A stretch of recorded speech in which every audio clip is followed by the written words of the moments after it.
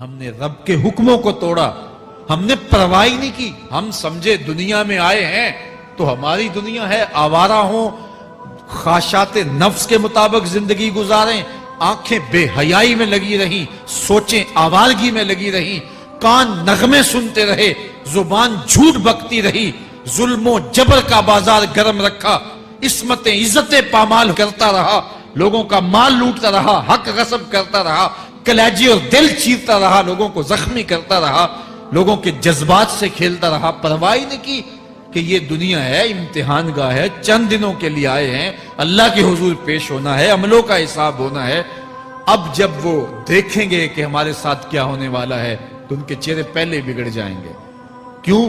وہ گمان کریں گے کہ ان کی ریڑھ کی ہڈی توڑ دی جائے گی. ایسے عذاب آئیں گے جس طرح کسی کی ریڑھ کی ہڈی ٹوٹ جائے تو اس کا چہرہ شگفتہ گلاب تو نہیں ہوتا، اس کا چہرہ جو ہے وہ تو کس قدر مرجھایا ہوا ہوتا ہے. تو اللہ ارشاد فرماتا ہے اس طرح ان کے چہرے ہوں گے. ابھی عذاب آیا نہیں ہے لیکن چہرے پہلے اترے ہوئے ہوں گے، اور جب عذاب کی بھٹی میں ڈالے جائیں گے، اللہ اکبر. اور وہ سخت عذاب، حضور نے جبریل امین سے پوچھا مجھے جہنم کے عذابوں کا ذکر سناؤ. عرض کی حضور سب سے ہلکے عذاب کی کہانی سناتا ہوں، اور وہ یہ کہ جہنمی کے پاؤں میں آگ کا جوتا رکھا جائے گا، باقی پورا بدن اس کا سلامت ہوگا. یہ سب سے ہلکے عذاب کی کیفیت ہے. اب پاؤں میں آگ کا جوتا ہوگا، حدت، گرمی، شدت اتنی ہوگی کہ دماغ پگھل کے ناک اور کانوں کے راستے سے باہر آ جائے گا. پاؤں میں رکھے ہوئے جوتے کی گرمی دماغ کو ایسے چڑھے گی کہ وہ پگھل جائے گا اور ناک اور کانوں کے راستے سے باہر آ جائے گا. تو اللہ کے عذاب کے خوف سے چہرے بگڑ جائیں گے، حالت سلامت نہیں رہے گی. یہ بات ذہن میں رکھیں کہ اللہ جس کو جہنم میں ڈالے گا اس کو اس صورت میں نہیں ڈالے گا. یہ محمدی صورت ہے، یہ شکل اس کی چھین لی جائے گی اور اس کی شکل بڑی کر دی جائے گی. اس کا ایک ایک دانت احد پہاڑ جتنا ہوگا. احد پہاڑ کا پھیلاؤ 15 کلومیٹر پہ ہے. 15 کلومیٹر کا ایک دانت اور 32 دانت کتنے ہوں گے تو منہ کتنا بڑا ہوگا. اس کو اتنا بڑا اس لیے کیا جائے گا تاکہ وہ عذاب کی تکلیف زیادہ سہے. 70 گز موٹی کھال ہوگی اور کھال جل جائے گی تو اللہ قرآن میں فرماتا ہے ہم نئی کھال دے دیں گے تاکہ عذاب کی تکلیف اس کو گوارا کرنی پڑے.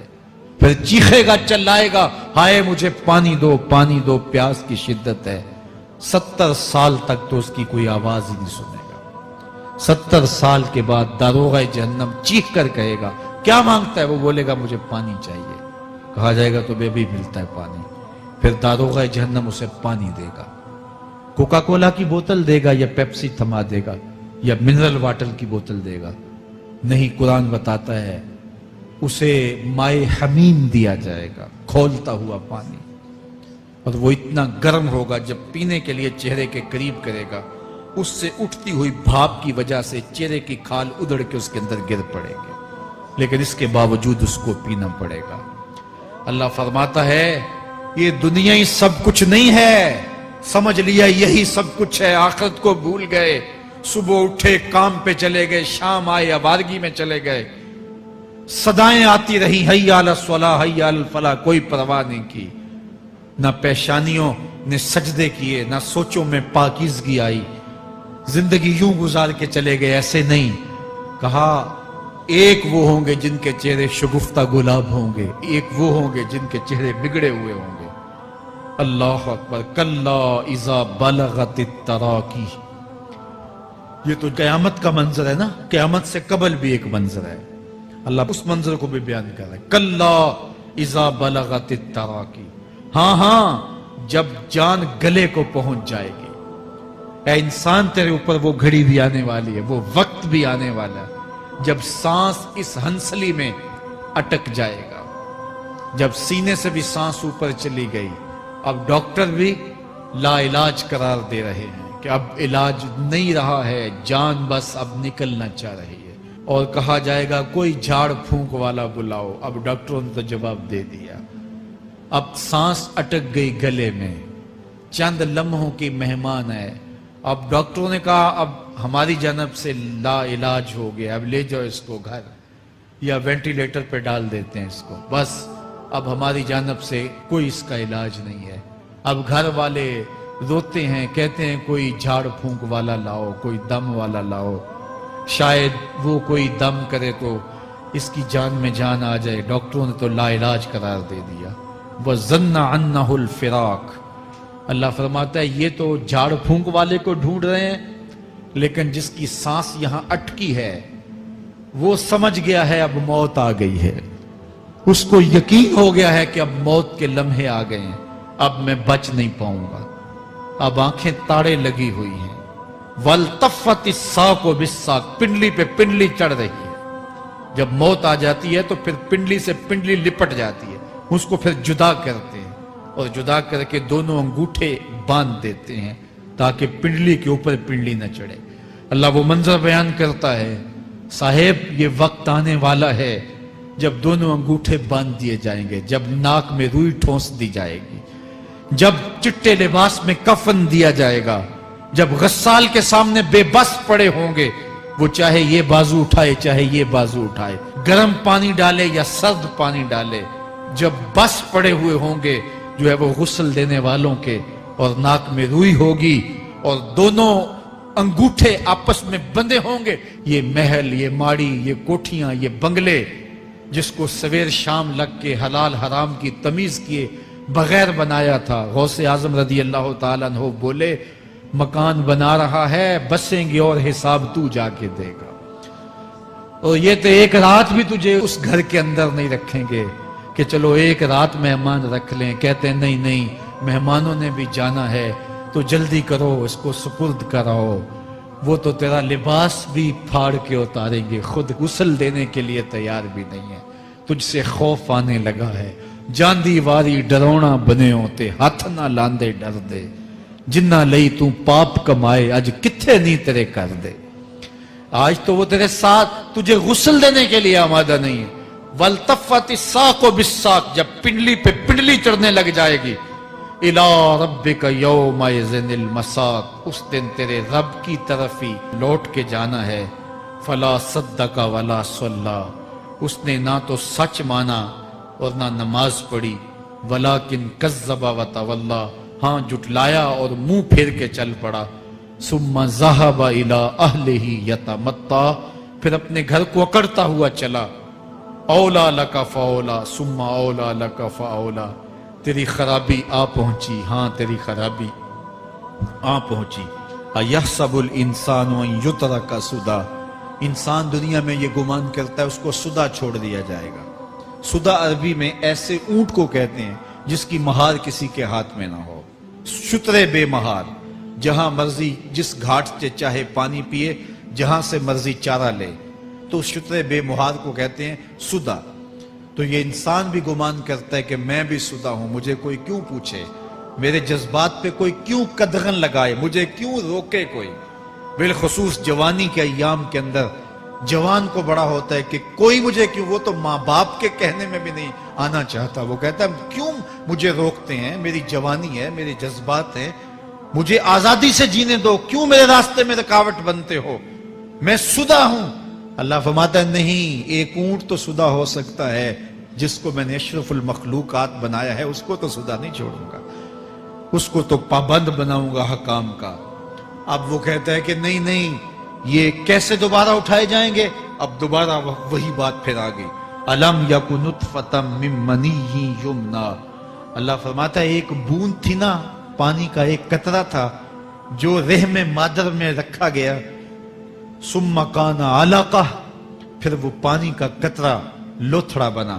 فخلق فسویٰ. پھر اللہ نے اسے پیدا فرمایا اور پھر ٹھیک ہموار کیا. فجعل منہ الزوجین الذکر والانثیٰ. پھر اس سے وہ جوڑ بنائے، کوئی مرد بنایا کوئی عورت بنائی.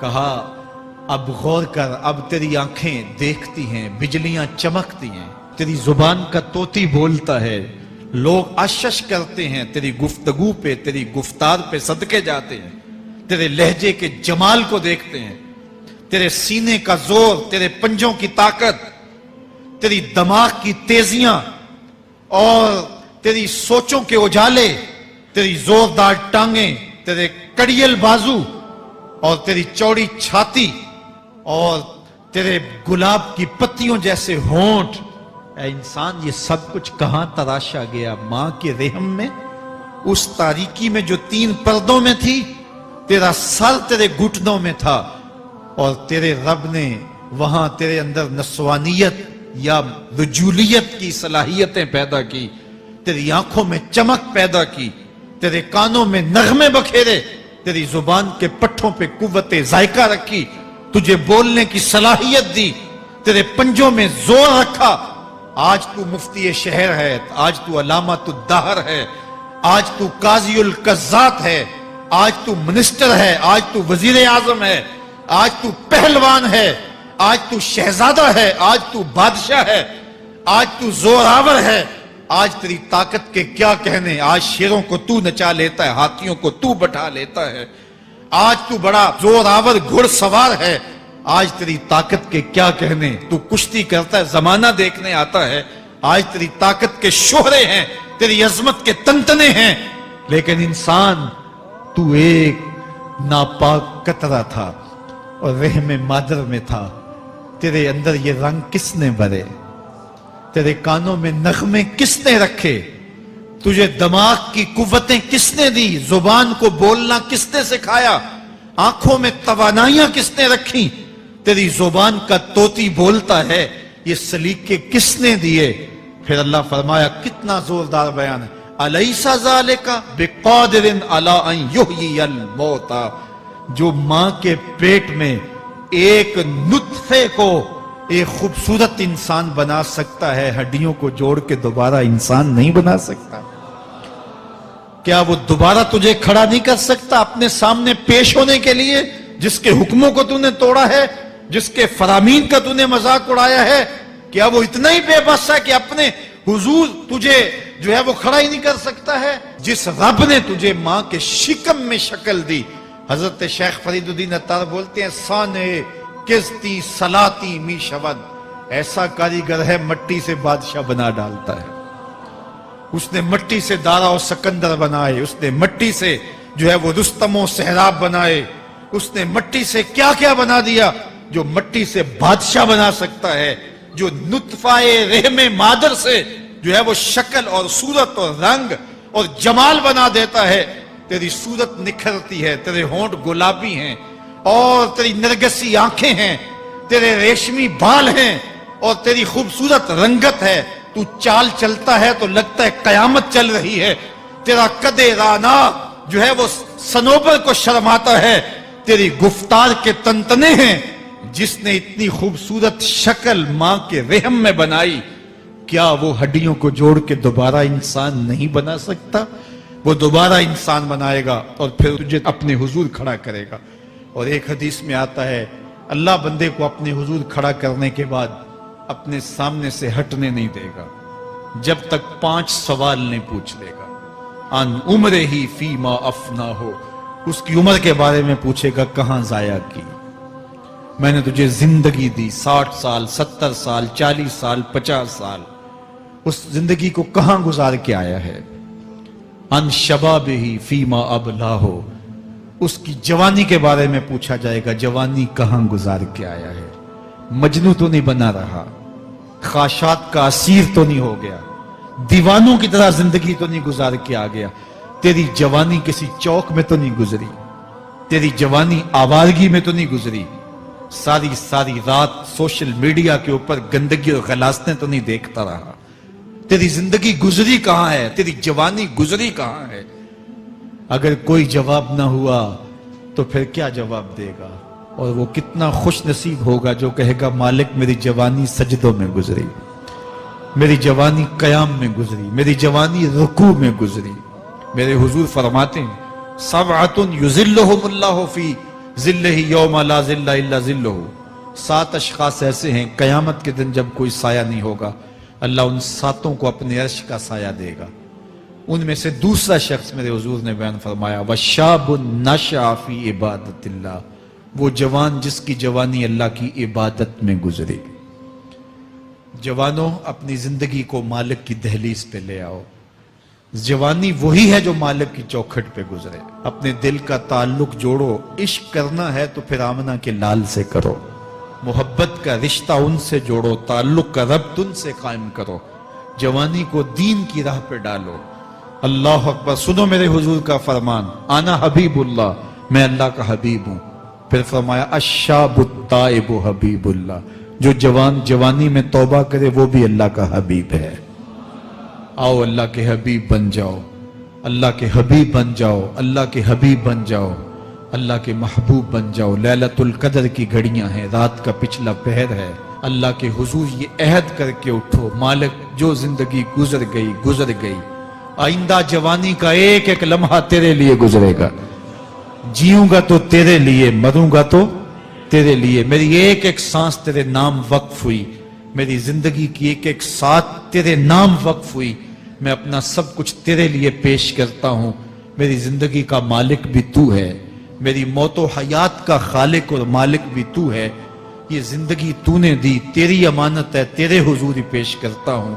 اور لیلۃ القدر کی گھڑیوں میں اس عزم کے ساتھ گھروں کو لوٹو کہ اللہ میری زندگی کا ایک ایک لمحہ تیرے نام ہوا، آنے والے موسم تیرے نام ہوئے، میری جوانی تیرے نام ہوئی، میرے آنسو تیرے نام ہوئے، میری پیشانی تیرے نام ہوئی، میرے دل کی دھڑکن تیرے نام ہوئی، میری صلاحیتیں تیرے نام ہوئی، میری زبان بولے گی تو تیری تسبیح بولے گی، تیرے ذکر کے ترانے پڑے گی، میرے کان سنیں گے تو قرآن کے نغمے سنیں گے، میری آنکھیں دیکھیں گی تو مالک تیری قدرت کی نشانیاں دیکھیں گی، تیرے رسول کا روضہ دیکھیں گی، تیرا کعبہ دیکھیں گی۔ مالک میری زبان سچائی کے نور سے مالا مال ہوگی اور میں ساری زندگی تیرے نام کرتا ہوں۔ اور جب آپ اپنی ساری زندگی اللہ کے نام کر دیں گے تو پھر وہ پوری کائنات تمہارے نام کر دے گا۔ کی محمد سے وفا تو نے تو ہم تیرے ہیں، یہ جہاں چیز ہے کیا لوح و قلم تیرے ہیں۔ اللہ آپ سب کو اپنی پناہ میں، امان میں اور حفاظتوں کے ساتھ میں